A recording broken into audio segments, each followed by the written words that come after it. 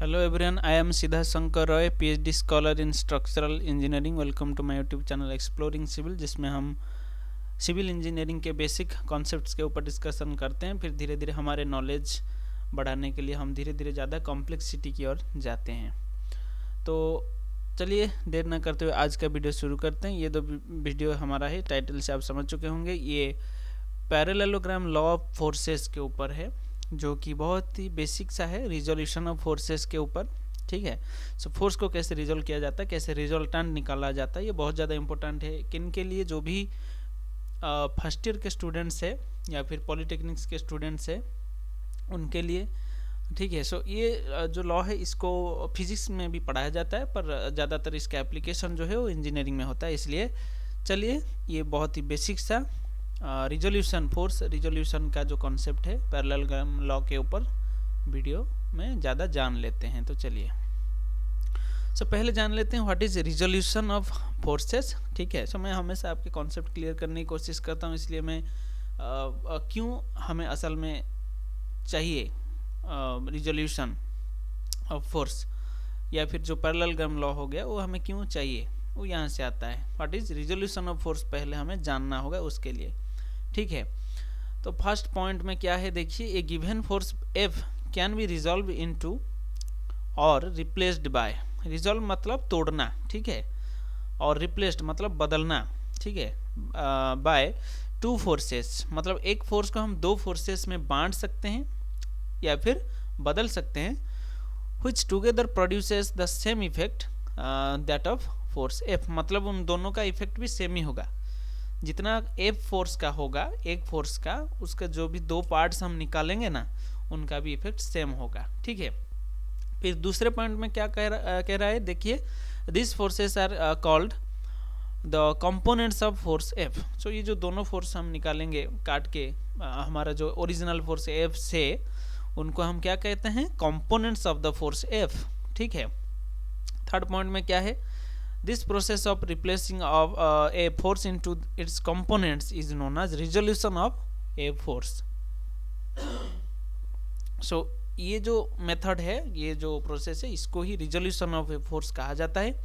बहुत ज़्यादा इंपॉर्टेंट है, डेफिनेशन एग्जाम्स में कभी कभी आता है। सो इसका डेफिनेशन कुछ इस तरह है, क्योंकि ये जो पहले तीन पॉइंट है ये आपके जानने के लिए था, इसको आप नहीं लिख सकते, डेफिनेशन को आप सिंगल लाइन में या फिर टू लाइन्स में लिखना होता है। ठीक है, the process of splitting, splitting मतलब क्या है जानते हो, अलग करना, ऑफ द गिवन फोर्स, मतलब हमारा जो भी फोर्स हमें गिवन होता है, एक फोर्स को हम अलग करते हैं ना। So splitting of the given force into a number of components, हो सकता है दो, हो सकता है दो से ज़्यादा।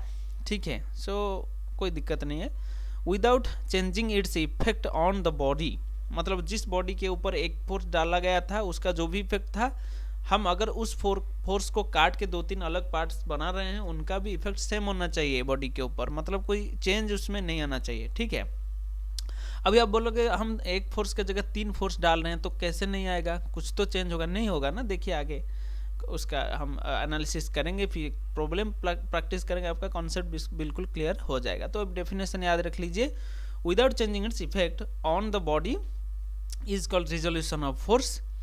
A force is generally resolved along two mutually perpendicular directions.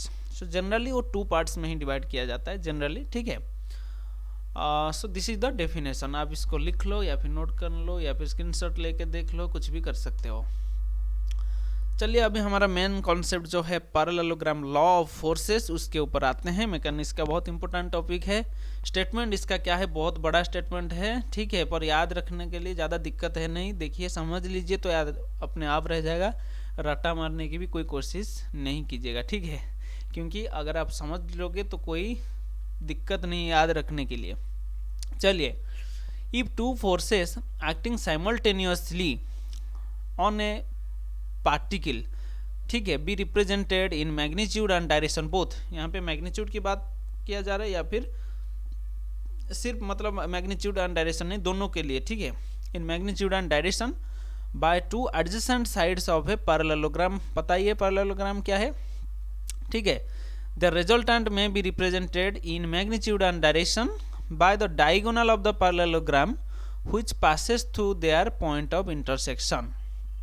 ठीक है। यहाँ पे क्या बोल रहा है आप हिंदी में समझ लीजिए, दोनों जो फोर्स हो गए वो साइमल्टेनियसली एक्ट कर रहे हैं, मतलब क्या है आपका एक ही टाइम पे, ठीक है, ऑन ए पार्टिकल के ऊपर बी रिप्रेजेंटेड इन मैग्नीट्यूड और डायरेक्शन, जितना भी उसके फोर्स का मतलब वैल्यू है मैग्नीट्यूड, उसका डायरेक्शन के साथ दिया गया है, मतलब कहाँ से किस ओर इसका डायरेक्शन है, by the two adjacent sides, मतलब जो लगातार दो साइड्स होते हैं पैरेललोग्राम के, ठीक है, समांतर क्षेत्र।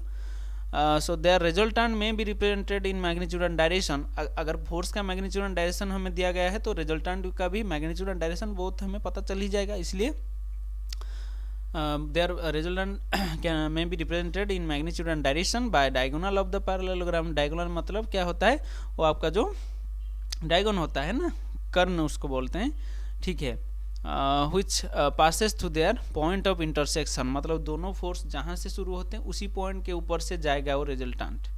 चलिए आगे डायग्राम देखोगे तो ज़्यादा अच्छे से समझ जाओगे। प्रूफ में चलते हैं।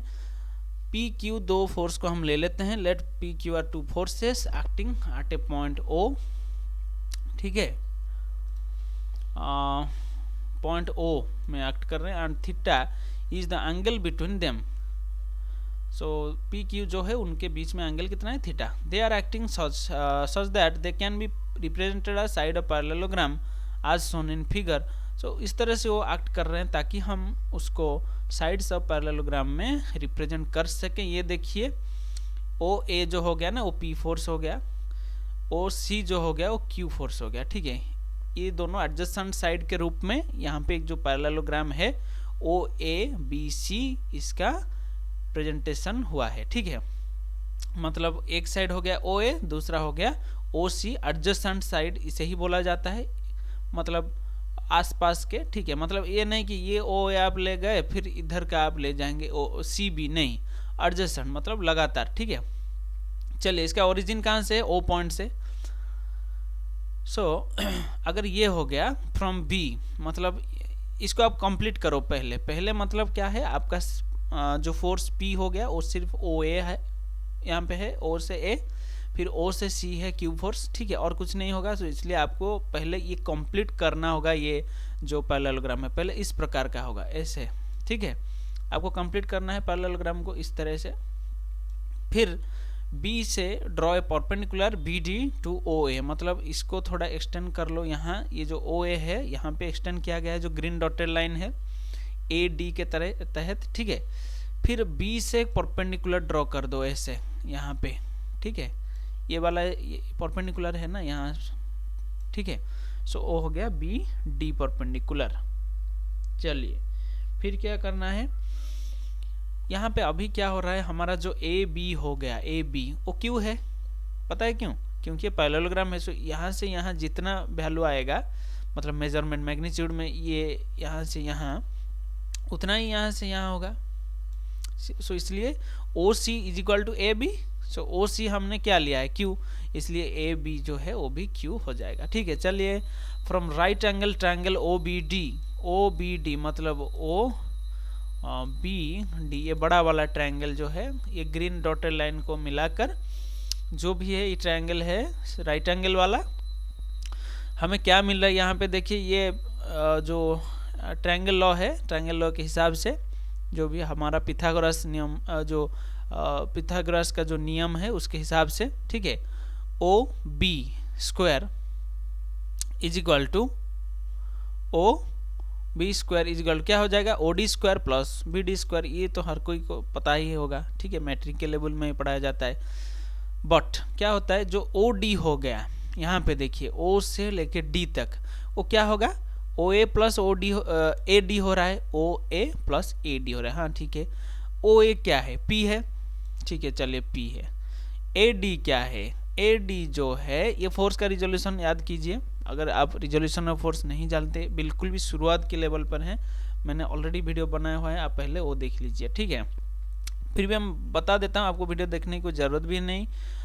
बस ये याद रखिए, जो भी फोर्स को आप रिजल्व कर रहे हो कोई भी एक्सिस के ऊपर, यहाँ पे हमें ये वाला फोर्स जो है ना Q, यहाँ पे भी Q है, ठीक है, ये ए बी, इसको रिजल्व करना है कौन से एक्सिस में, ए डी में।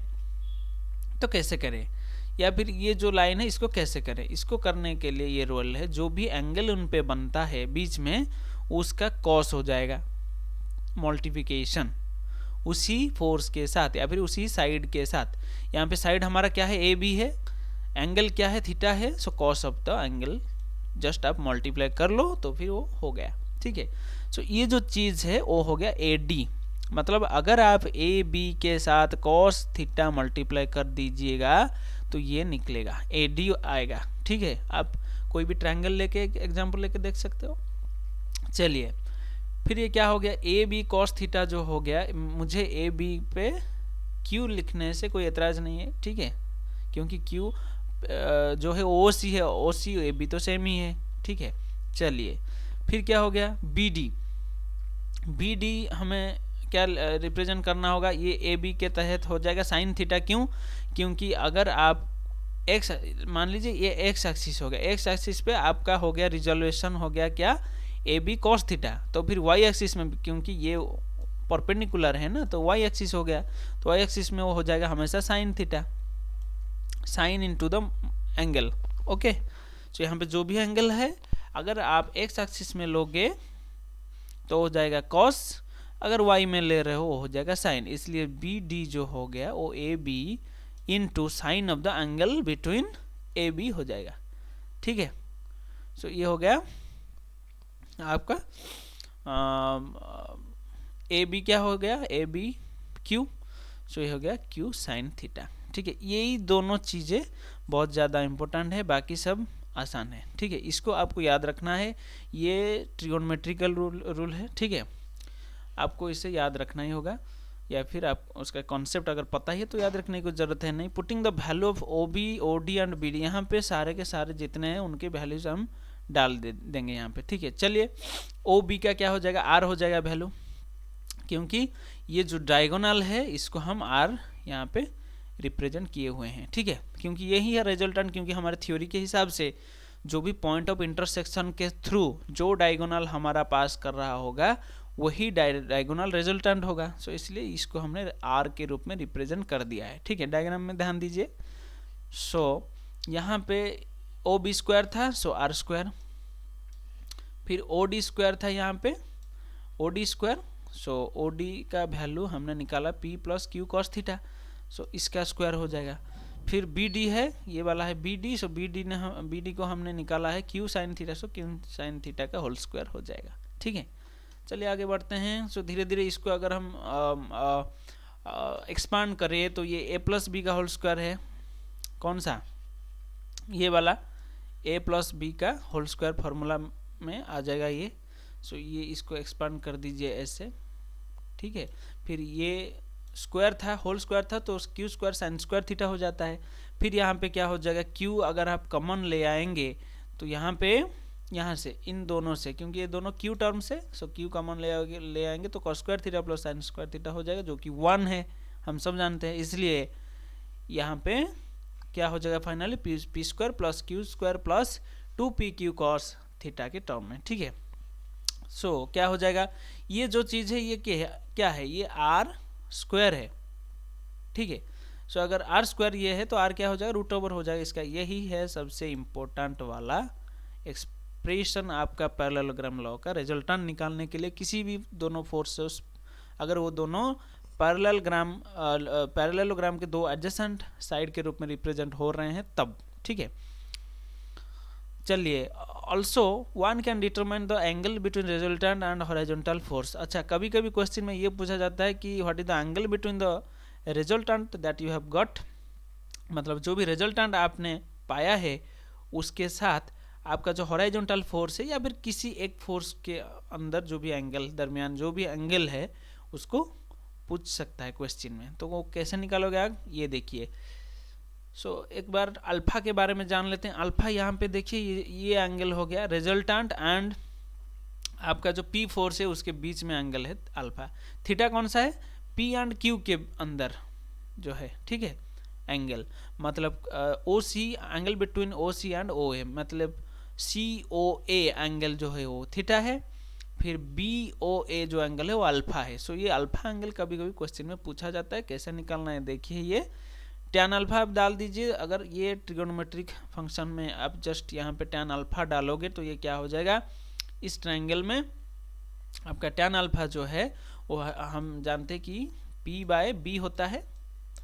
सो ये वाला ट्रायंगल में P कौन सा हो गया, ये हो गया P, B कौन सा होगा, ये हो गया B।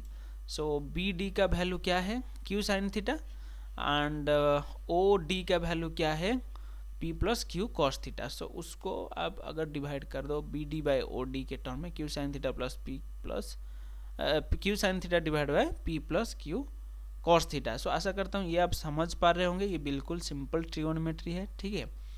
सो ये आ जाता है। फिर अल्फा आप कैसे निकालोगे, कैलकुलेटर में जस्ट टैन इनवर्स मार दीजिएगा तो आ जाएगा, ठीक है। चलिए एक प्रॉब्लम करके इसका ज़्यादा एप्लीकेशन इसका देख लेते हैं। क्या हुआ है क्वेश्चन में, ये पूछा गया है two forces 40 newton and 20 newton are acting at an angle 120 degree to each other. मतलब इसमें क्या दिया गया है, थीटा दिया गया है, अल्फा नहीं दिया गया। अल्फा क्या है, आपका resultant force and the horizontal force के बीच में जो भी एंगल होता है। सो यहाँ पे रिजल्टेंट पूछा गया है, दोनों फोर्स को हमें दिया गया है क्वेश्चन में, ठीक है। सो 120 डिग्री टू ईच अदर मतलब ये इस तरह होंगे, नहीं सॉरी, ये 120 मतलब कुछ इस तरह का होगा, ठीक है। सो मान लीजिए ये हो जाएगा P, ये आपका हो जाएगा Q, इनके बीच में हो गया 120 डिग्री का एंगल, ठीक है।